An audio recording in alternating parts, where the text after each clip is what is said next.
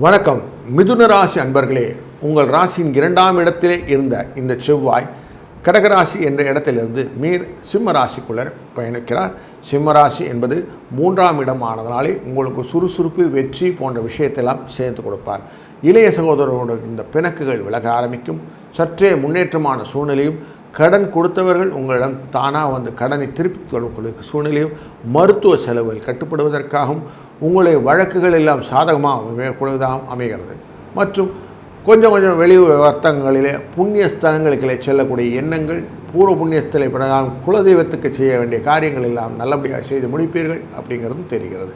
மற்றும் உங்களுடைய தொழிலிலே நீங்கள் வளர்ச்சி காண்பதற்கான புதிய முயற்சிகளையும், எஸ்பெஷலி இந்த ஆட்டோமொபைல் இண்டஸ்ட்ரீஸ்ன்னு சொல்லக்கூடிய விஷயங்கள் எல்லாம் புதிய வளர்ச்சிகள், புதிய ஷோரூம் போடுறது போன்ற எண்ணங்கள் எல்லாம் கொண்டு வரும். அதனால் கொஞ்சம் முன்னேற்றங்களை நீங்கள் ஏற்படுத்திக் கொள்வீர்கள் அப்படிங்கிறதும் கூடுதல் தகவலாக தெரிகிறது.